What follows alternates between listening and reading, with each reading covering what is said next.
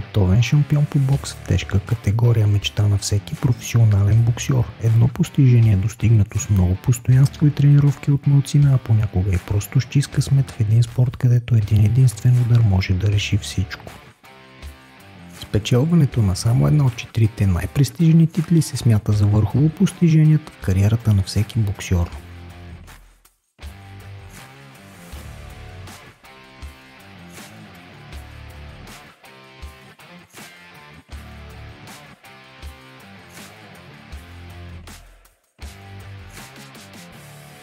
Какво ще си оспорват на 18 май 2024 година Тайсън Фюри и Александър Усик, а именно званието абсолютен шампион по бокс в тежка категория.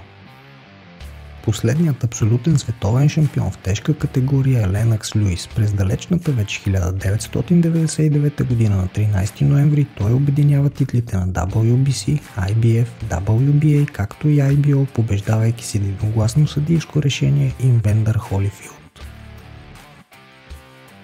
Какво е уникалното в матча на 18 май? Първо, това е първият подобен матч през 21 век, като за първи път битката ще е за 4 основни пояса в профи бокса. Тогава поясът на WBO не се е смятал за толкова престижен.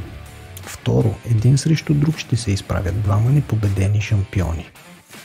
И трето, в този матч ще бъдат заложени също така и титлата на IBO и пояса The Ring, като и двамата едновременно ще бъдат претендент и защитник.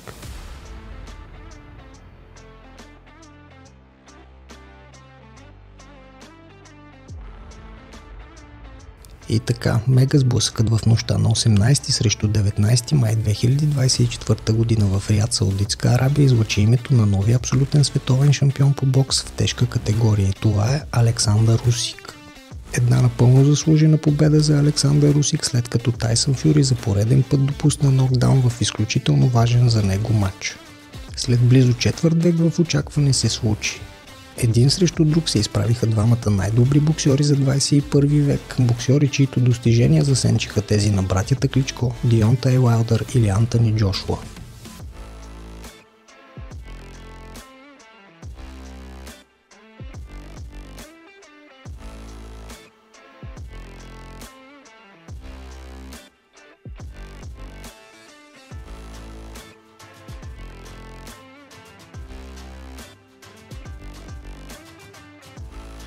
Това е от мен за сега. Благодаря, че бяхте с мен в дебютното ми кратко видео и до нови срещи.